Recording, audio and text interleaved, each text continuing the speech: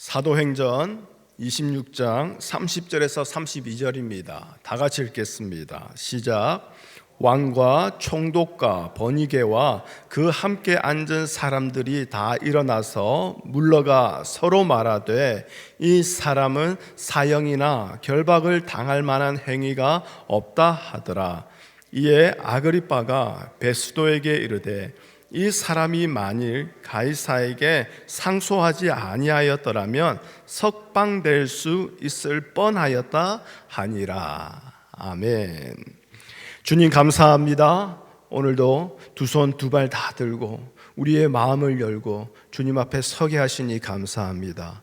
이 시간 주의 말씀으로 우리를 수술하여 주시옵소서. 주의 말씀으로 우리를 고쳐 주시옵소서.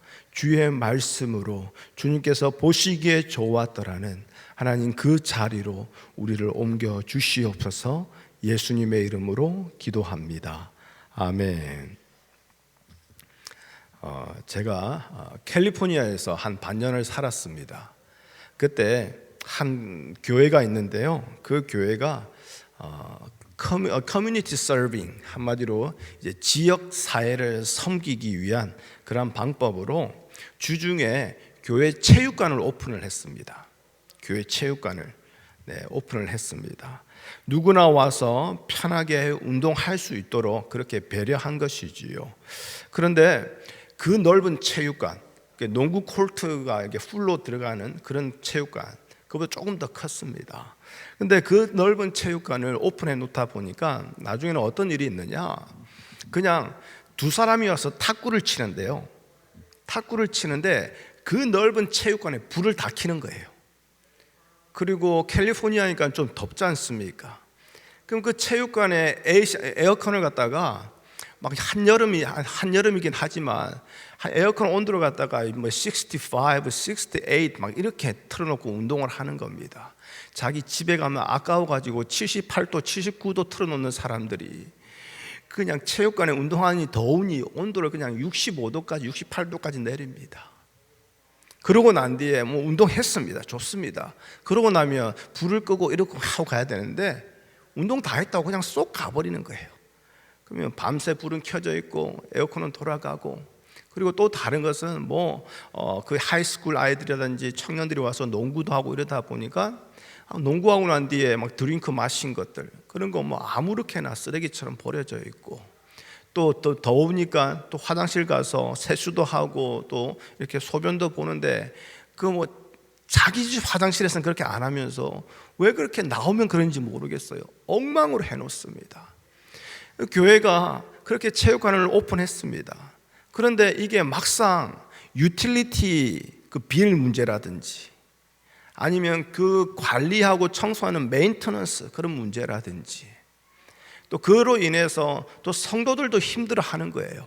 누군가는 항상 와서 돌아봐야 되고 청소해야 되고 이러니까요. 그러한 어떤 현실적인 문제로 인해서 결국 그 교회는 체육관 오픈하는 것을 이제 그만두게 됩니다. 충분히 이해되지 않습니까? 그런데 그 교회가 그 지역 사회에게 체육관을 오픈한 이유는 뭐겠습니까? 일단 교회의 이미지를 좋게 만들려고 한 거겠죠. 그리고 교회에 좀 더 친밀성을 갖게 하기 위해서, 그리고 교회 문턱을 어떻게 하든 좀 낮추어서 어느 누구라도 함께 와서 함께 예배할 수 있는 교회가 되기 위해서 그렇게 했을 겁니다. 우리 교회는 다른 교회처럼 이기적이지 않다. 우리만 돌보는 교회가 아니다.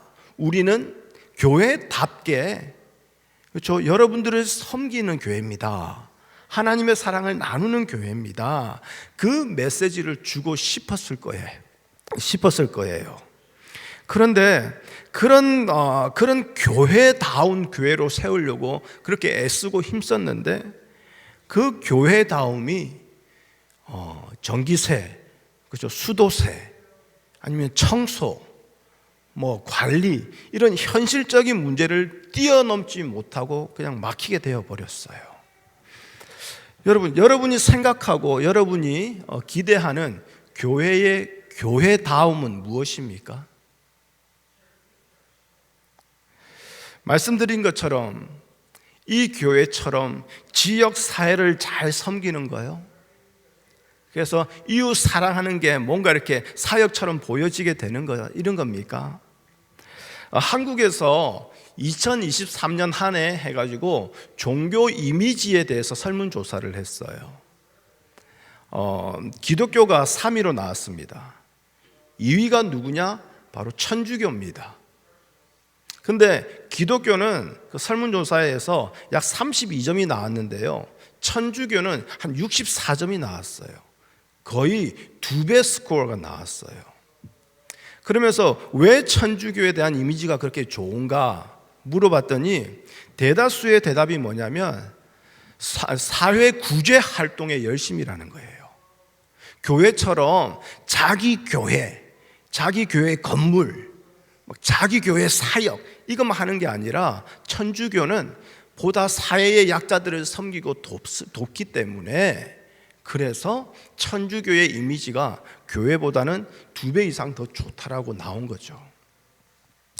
그런데 사실 이렇게 좋은 교회로 평가받고 싶은 거, 이것은 우리 교회도 사실입니다. 그렇죠? 우리 교회도 어떻게든 좀 주변에 좋은 이미지로서 그렇게 좀 평가받고 싶은 거, 그래서 어떻게든 교회다운 교회로 보여주려고 애를 쓰는 것은 사실이지요. 그런데 성경을 보면요, 성경에서 말하는 교회다움은 세상의 칭찬을 듣는 일을 많이 하는 것으로 그 교회다움을 말하고 있는 것은 없거든요. 주님이 베드로의 그 믿음의 고백이에 주님의 교회를 그렇게 세운다고 말씀하셨을 때에, 그때 주님이 교회에 대해서 어떤 말씀을 하시느냐? 세상의 권세가 이기지 못할 것이라고 말씀하세요.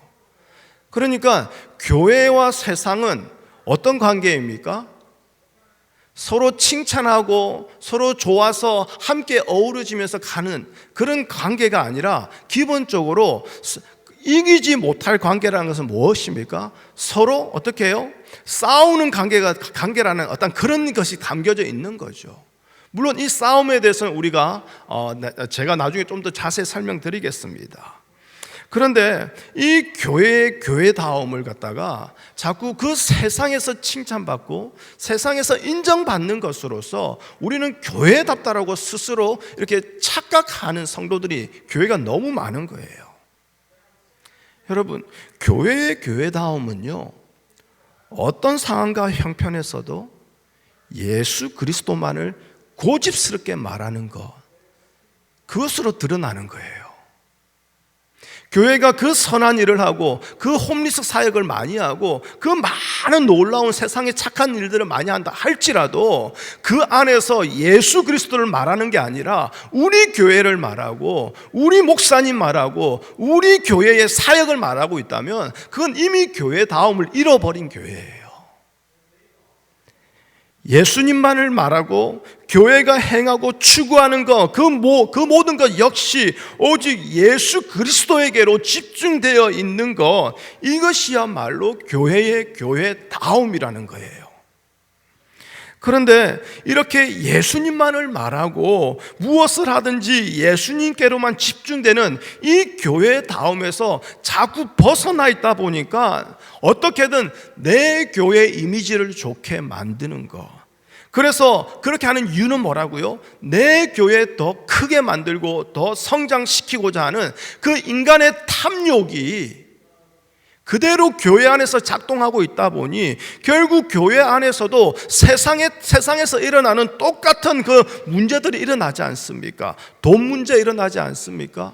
여자 문제, 탐욕의 문제, 그런 음욕의 문제 일어나지 않습니까? 서로 자기 이름 높이고자 하는 명예의 문제, 당 짓고 갈라서는 네 편 내 편 분쟁의 문제, 그 모든 것이 결국 우상의 숭배로 그렇게 교회 안에서도 그렇게 나타나고 있는 거 아닙니까? 제가 말씀드리는 것은요, 우리가 이런 문제를 없애서 세상 사람들에게 칭찬받는 좋은 교회다운 교회 됩시다, 그걸 말하는 게 아닙니다. 하나님이 원하시는 교회다움이 무엇인지 알고 그 교회다움으로, 그 성도다움으로 우리가 돌아가자, 이걸 말씀드리는 거예요. 그래서 오늘 바울의 이야기를 통해서 하나님이 우리에게 요구하시는 교회다움이 무엇인지 그걸 알기를 원하고요. 만약 우리가 그런 교회다움을, 성도다움을 잃어버렸다면 거기를 다시 돌아가기를 우리가 하나님께 다시 엎드리며 간구해야 되지 않겠냐, 바로 이 말씀을 드리고자 하는 거예요. 자, 오늘 말씀은 뭐냐? 로마 황제에게 보낼 그 보고서를 우리 총독 베스도는 작성을 해야 돼요.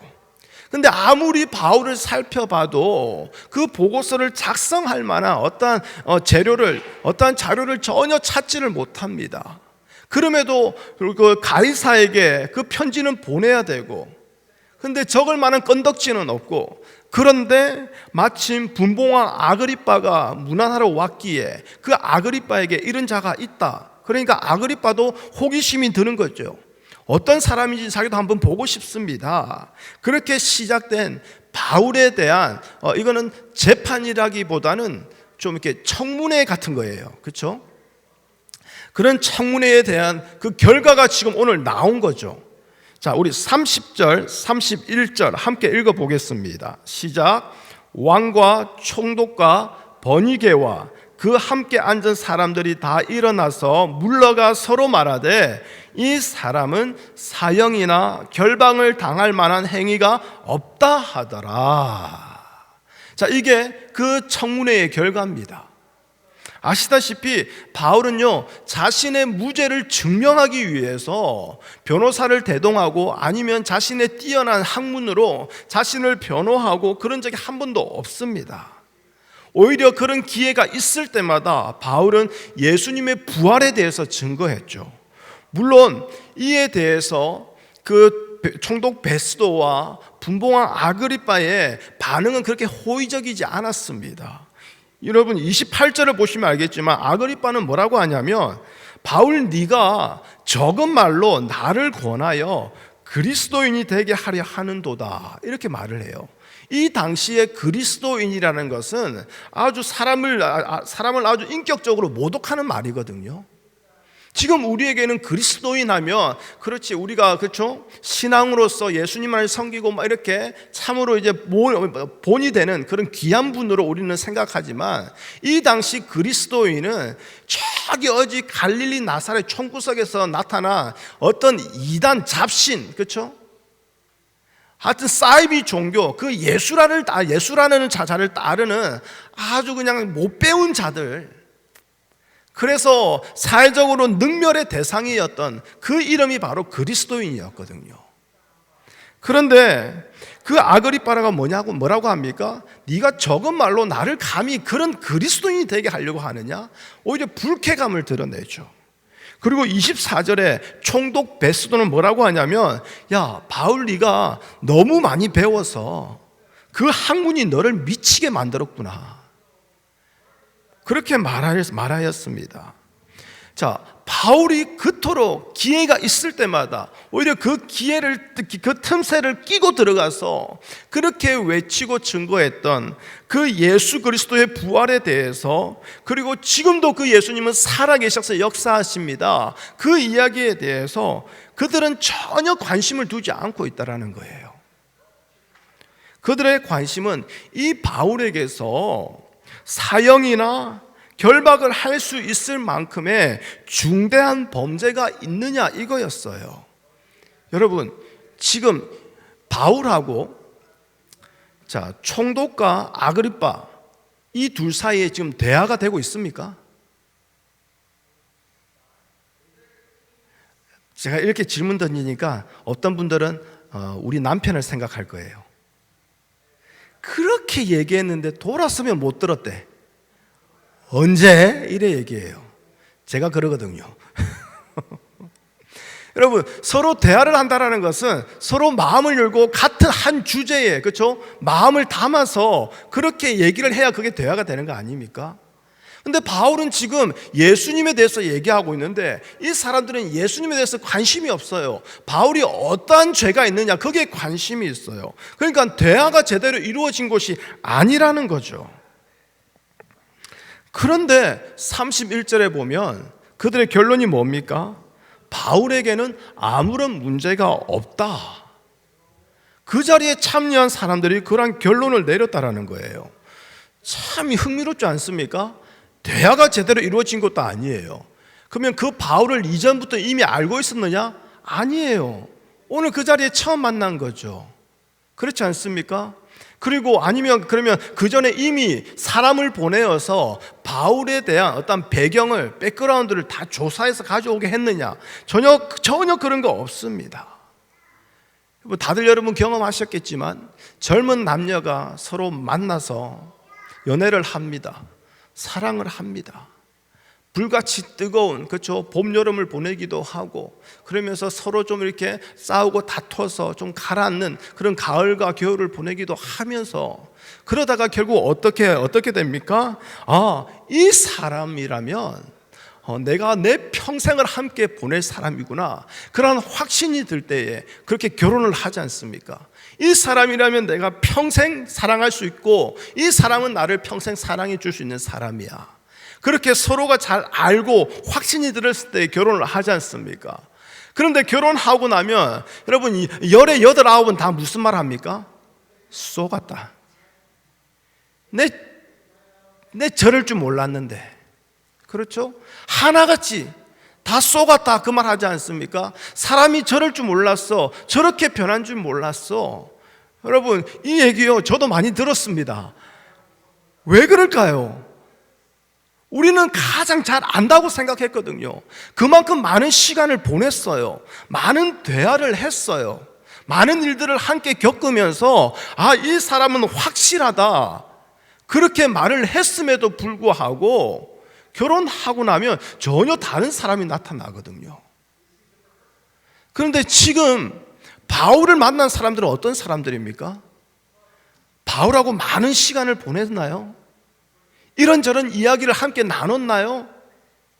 이런저런 많은 사건 사고를 겪으면서 이런 부분이 있구나, 서로 알게 된 사이인가요? 전혀 그렇지가 않아요. 그렇죠? 그저 바울에 대해서 궁금한 거, 그래서 바울을 앞에 세웠고, 그리고 바울이 하는 말, 그거 오늘 듣고 난 뒤에 그 다음 결론을 내렸는데, 그 결론이 뭐라고요? 바로 이 사람에게는 아무런 문제가 없다라고 결론을 내렸다라는 거예요. 그런데 바울이 했던 말은 그들의 관심의 대상도 되지 않는 예수에 대한 이야기가 전부였거든요. 이게 어떻게 가능할까요? 오늘 이 말씀이 우리에게 많은 생각을 하게 합니다. 뭐냐면, 우리는 지금까지 바울이 예루살렘에 올라온 후에 계속된 그 핍박과 그 매임과 그 붙들림, 그런데 그 붙들리고 그 매임과 그 결박에 대한 바울의 반응도 우리는 함께 살펴보고 있죠. 사실 바울은 지금 억울하게 붙잡혀 온 거 아닙니까? 그렇죠? 그리고 더 억울할 수 있는 것은 뭐냐? 바울이 결백하다라는 거, 바울이 죄가 없다라는 거 이미 앞에서 여러 번 확인이 되었다라는 거예요. 여러분 눈으로 직접 한 번 더 확인해 볼까요? 우리 사도행전 23장 9절을 한번 볼까요? 사도행전 23장 9절입니다. 자, 예루살렘에 올라온 뒤에요, 그때 이런 일이 있습니다. 자, 사도행전 23장 9절 다 같이 시작. 크게 떠들새 바리새인 편에서 몇 서기관이 일어나 다투어 이르되 우리가 이 사람을 보니 악한 것이 없도다. 그렇죠? 이미 바울에게 악한 것이 없다라고 그들이 말을 했습니다. 그러고 난 뒤에 우리 29절 가보겠어요? 23장 29절입니다. 자, 29절 우리 거기도 함께 읽어보겠습니다. 시작. 고발하는 것이 그들의 율법 문제에 관한 것뿐이요 한 가지도 죽이거나 결박할 사유가 없음을 발견하였나이다. 이미 알고 있어요. 그렇죠?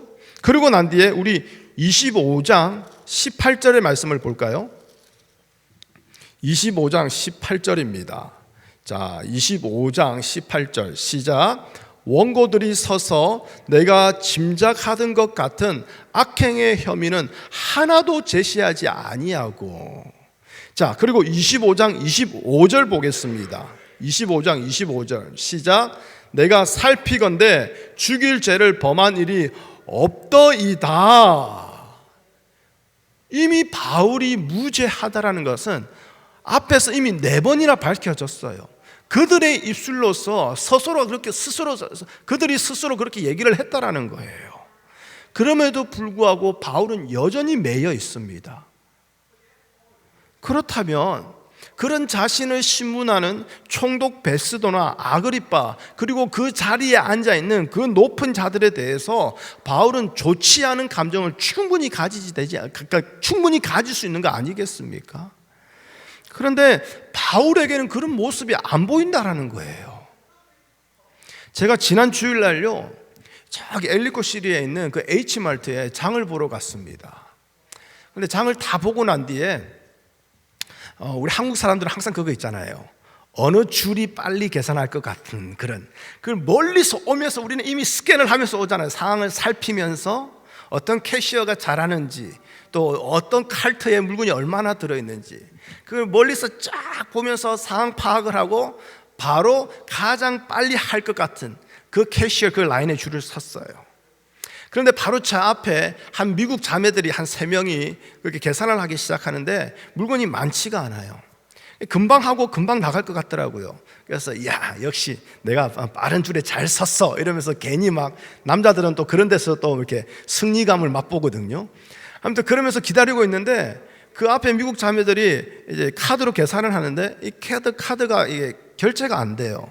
그러니까 캐시어가 디클라인 된다고. 그러니까 그 자매가 미국 자매가 I'm sorry 하면서 다시 한번 트라이 해보겠대요. 이게 또 트라이 해요. 그런데 또 디클라인 된대요. 한 2번 했는데 자꾸 디클라인 되면 그 다음은 다른 카드를 빼든지 아니면 캐시를 빼든지, 정 안 되면 미안하다고 다음 손님 먼저 해라 하고 그 다음 자기의 또 다른 차에 가서 다른 걸 가져오든지, 하여튼 이런 걸 해야 되지 않습니까? 이미 2번이나 디클라인 됐는데 똑같은 카드 그대로 들고 한 번 더 하겠다라는 거예요. 그때부터요, 제가요 고개를 팍 돌렸어요. 제가 고개를 왜 돌렸을까요? 짜증이 나가지고. 더 빨리 갈 수 있는 줄에 섰는데, 근데 앞에 택도, 내가 예상도 하지 못한 일로 인해서 나의 길이 막히는 거예요. 3번째 했어요. 디클라인. 근데 미국 사람들 독하더만요.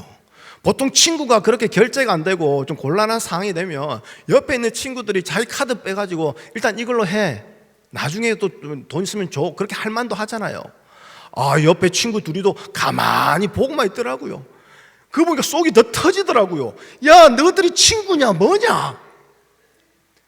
3번까지 했으면 이제는 미안하다고 벗어나야죠. 또 한 번 더 해보겠대요. 4번, 5번. 와, 그때부터는요, 우리 약이냐고 로이도 눈에 안 들어오더만요. 제 모든 신경이 거기 가 있는 거예요. 네 이거 어떻게 해결하나, 내가 끝까지 너 볼 거야, 이런 마음으로 제가요, 저 안에 그런 짜증과 그런 화가 있는지 다시 깨달았습니다.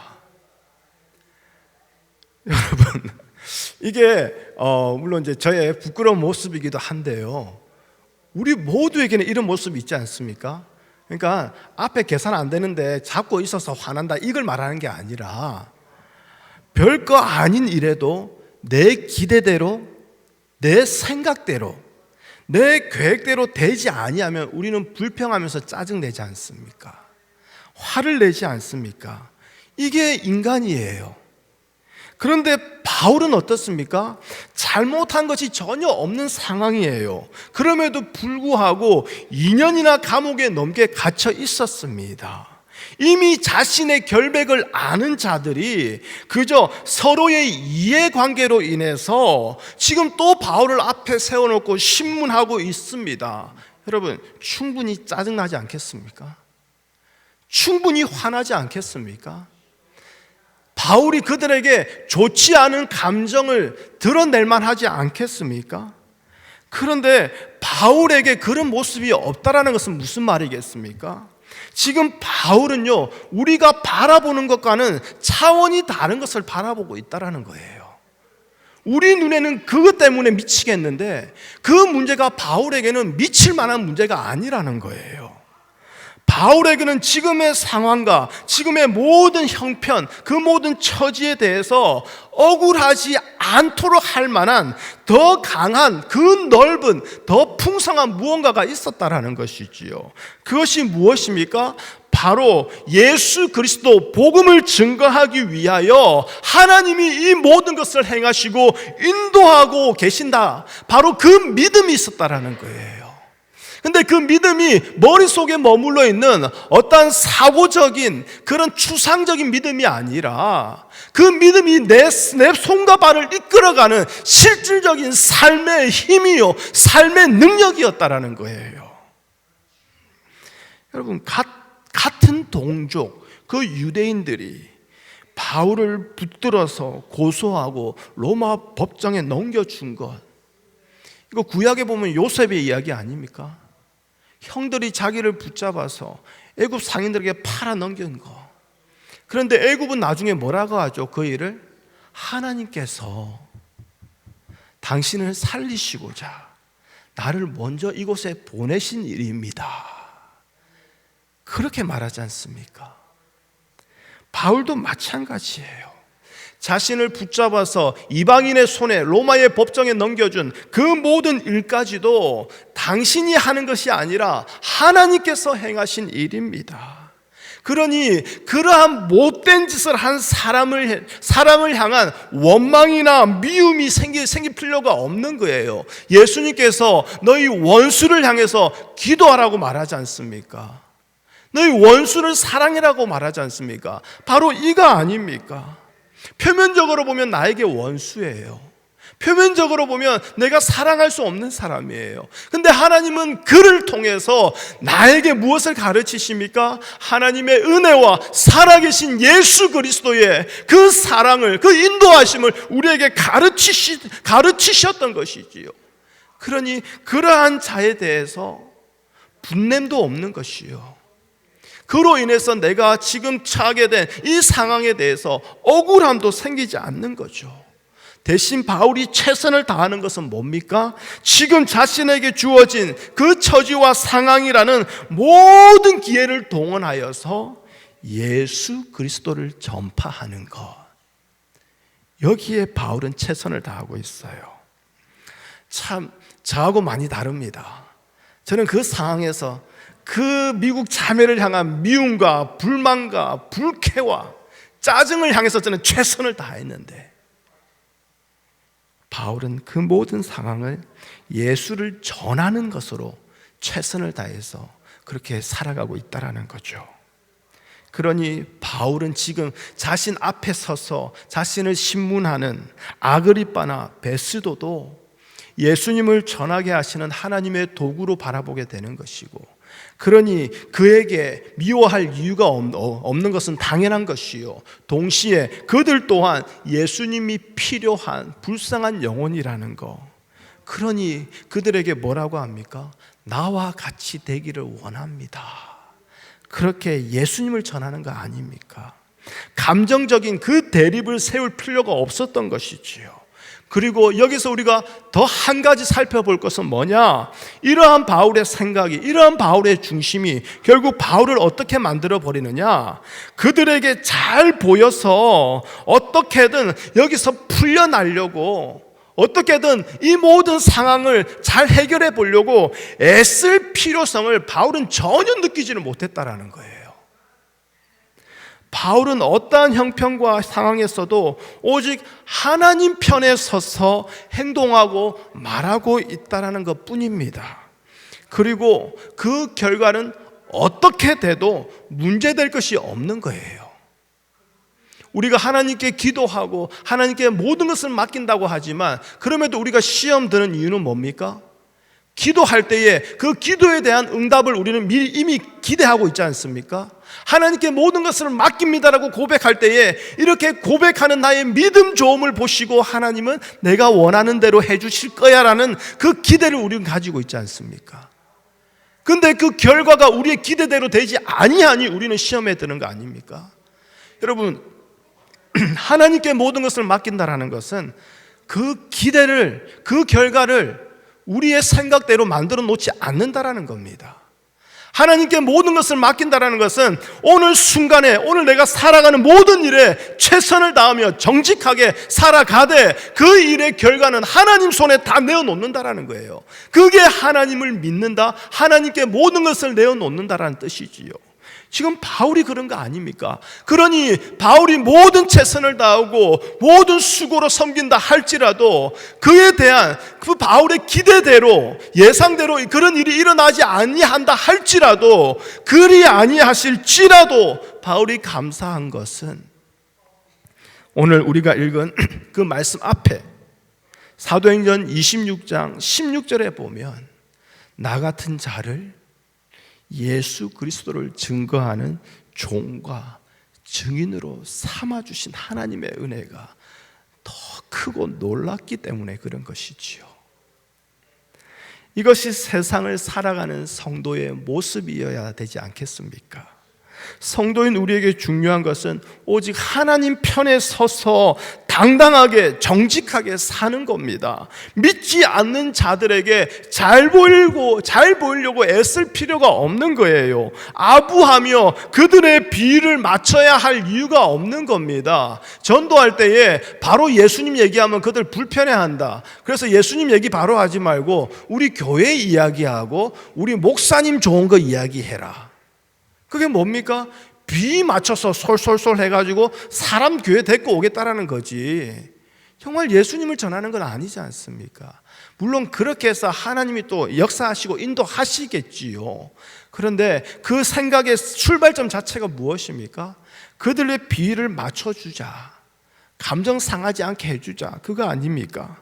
교회가 세상이 바라는 교회의 모습을 이뤄내기 위해서 쩔쩔맬 필요가 없다라는 겁니다. 우리에게 중요한 것은 신앙으로서 당당하게 정직하게 매일 매 순간을 살아가는 것입니다. 그렇다면 세상은요, 우리에게서 사형이나 결박을 당할 만한 문제를 찾지 못하게 된다라는 거예요.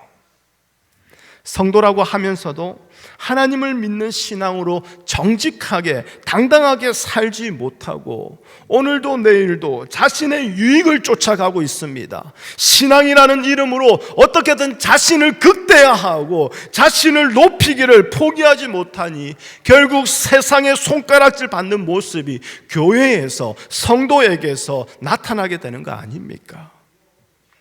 그러면서도요, 교회가 참 무서운 게 뭐냐? 교회 안에서 종교생활하는 자들의 참 무서운 게 뭐냐? 교회는 무조건 하나님의 것이라고 말합니다. 교회 안에서 행하는 모든 일은 무조건 하나님의 일이라는 그런 이상한 진리를 교회 안에 세워놓았습니다.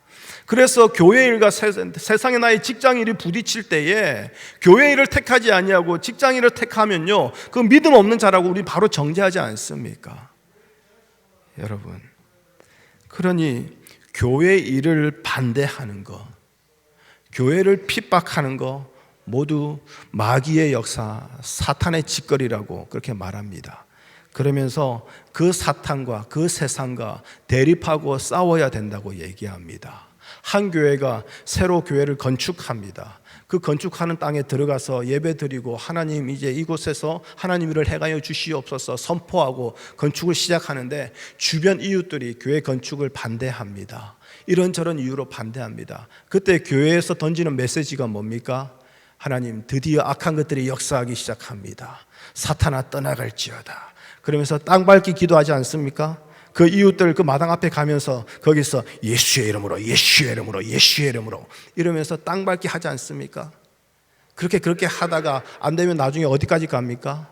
세상의 법정까지 가지 않습니까? 그러면서 그 법정에서 이기게 되면 그때서야 어떻게 합니까? 하나님의 일은 무너지지 아니합니다. 우리가 믿음으로 기도로 이 일을 이뤄 나갈 것입니다. 그러면서 끝까지 고지스럽게 교회 건축해내지 않습니까? 여러분, 이건요, 교회가 싸워야 할 싸움이 아니에요.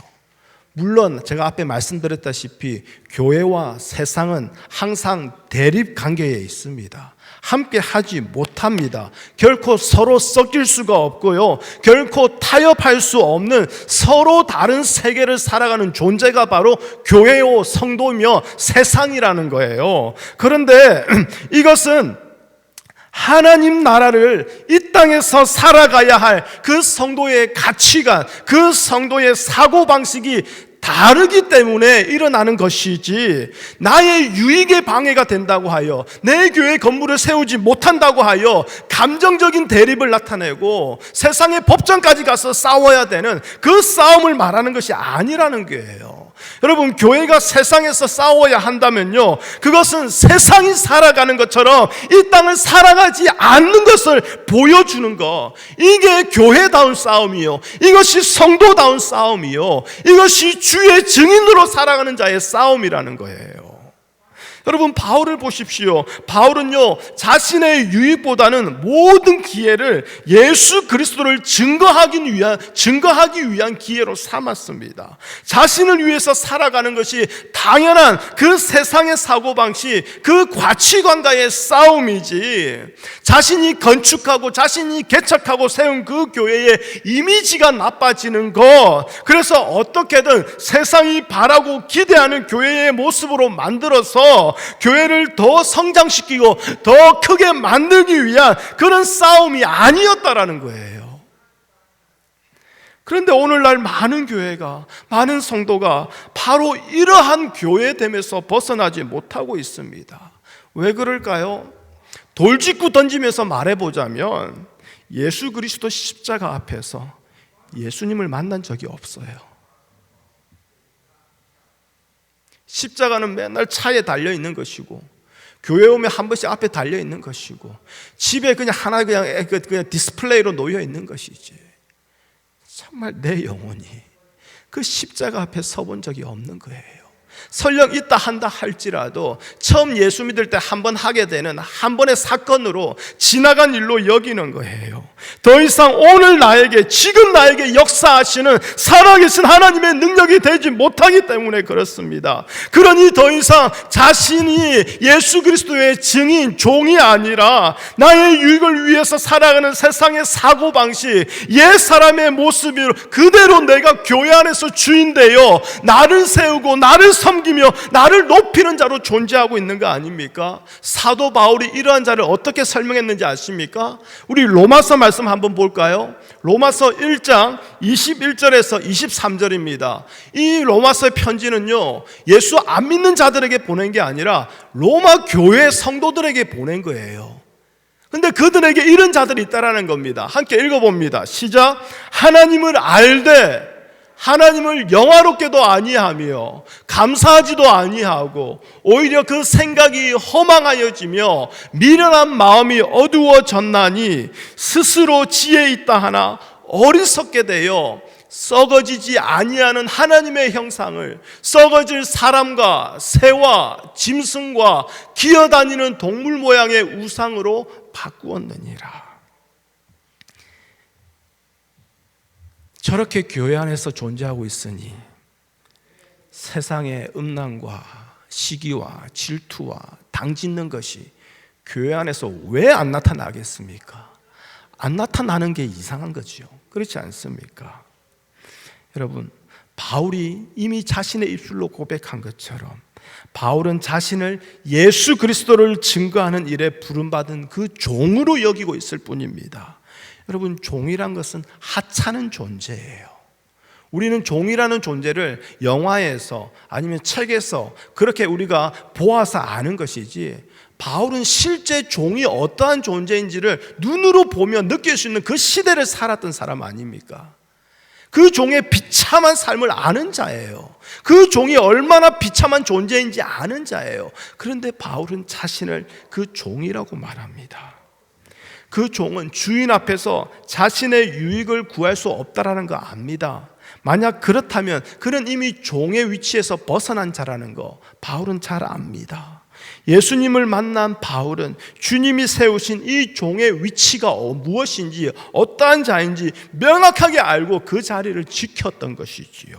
그러니 어떠한 형편이라 할지라도 거기서 자신의 유익이 아니라 예수 그리스도를 증거하는 것, 그것이 그의 목적이 되고, 예수 그리스도를 증거하는 것, 그것으로 그 삶의 모든 것들이 해석되어지고 행동되어지는 것 아니겠습니까? 여러분, 바울을 종으로, 증인으로 주님께서 부르셨다면 오늘 우리 역시 종으로, 증인으로 부르셨다는 거 아니겠습니까? 이 말은 우리도 마찬가지입니다. 예수 그리스도 앞에서 우리의 유익을 주장할 수 없다라는 겁니다. 오직 어떻게 하는 것이 예수 그리스도를 증거하는 일이 되는 것인지 거기에만 관심을 두는 것, 이것이 진정한 증인이요 종이라는 것이지요. 제가 이 말씀 드리니 어떤 사람은 할렐루야, 그러면 모든 직장 때려치고 저는 이제 기도원 들어갑니다, 신학교 가겠습니다, 선교지 떠나겠습니다, 목회하겠습니다. 여러분, 그거 아닌 거 아시지요? 여러분, 매일매일 일하시는 직장에서, 사업처에서, 공부하는 캠퍼스에서, 여러분 가정에서, 장보러 가시는 자이언트에서, 코스트코에서, 타겟에서, 월마트에서 여러분 이러한 사고방식으로 살아가시라는 거예요. 그렇다면 세상은 우리를 향해서 아무런 문제가 없다라는 그 평가를 할 수밖에 없다라는 것입니다. 오늘날 교회가 전도를 한다고 열심을 내지만 오히려 서로가 사람을 자기 교회로 데려가는 그 힘싸움만 하고 있는 거 아닙니까? 예수님은 우리에게 가서 제자 삼으라고 하셨어요. 그런데 그 제자는 다른 사람 교회 데리고 오는 거, 그거 말씀하신 적 없으세요. 예수님은 예수님의 제자가 되기 위하여 명확한 조건을 제시하셨어요. 그게 무엇입니까? 누구든지 자기를 부인하고 자기 십자가를 지고 따르지 아니하면 내 제자가 될 수 없나니. 근데 그 십자가는 어떤 것입니까? 바로 예수님께서 친히 자신을 낮추시고 죽기까지 복종하신 곳이 그 십자가 아닙니까?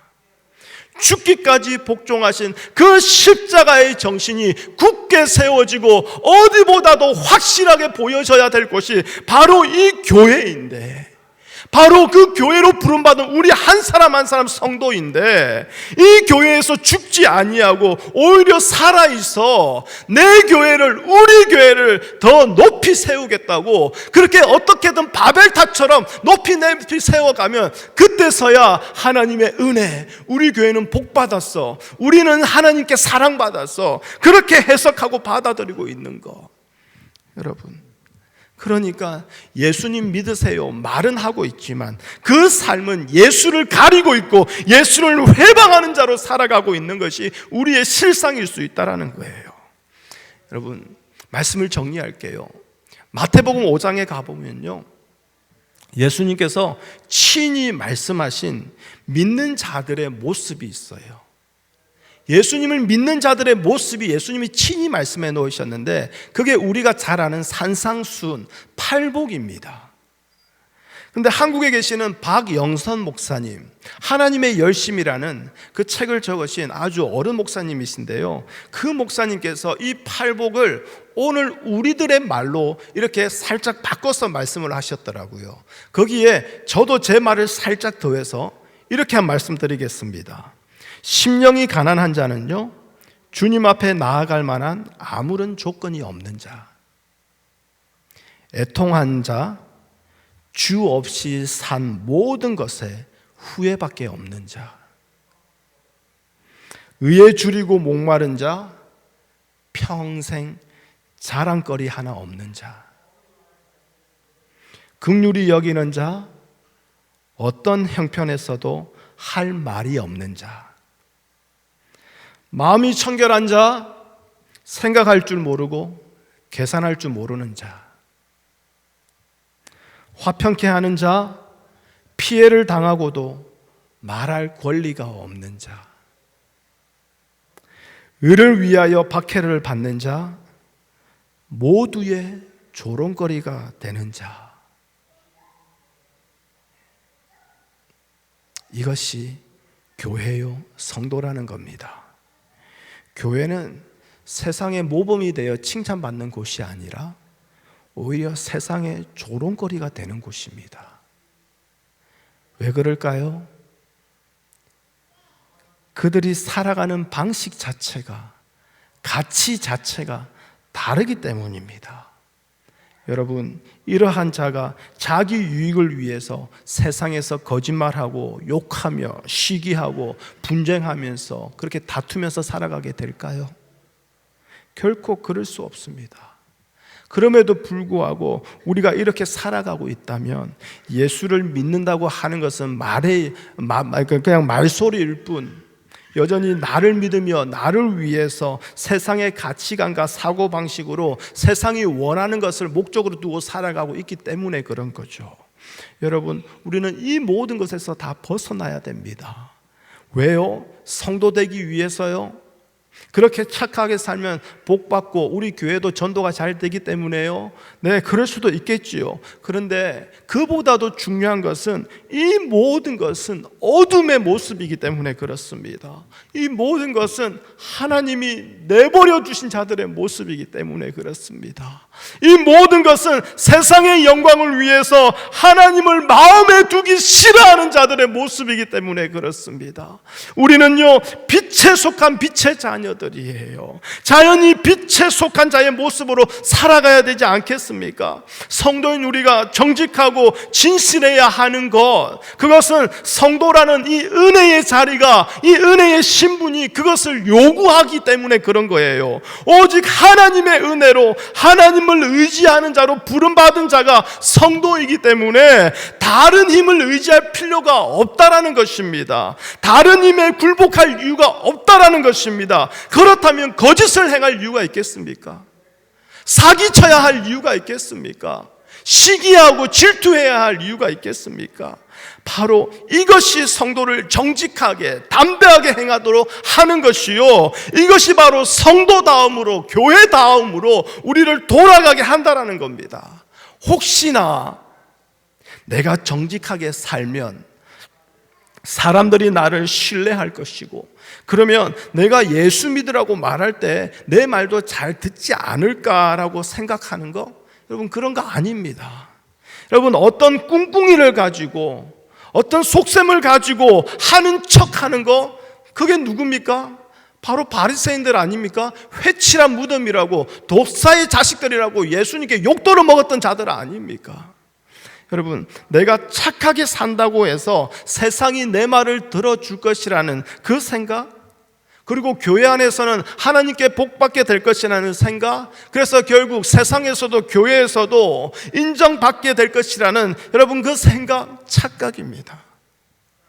그저 성도로 부름받았으니 하나님 편에서 성도로서 정직하고 당당하게 살아가자라는 겁니다.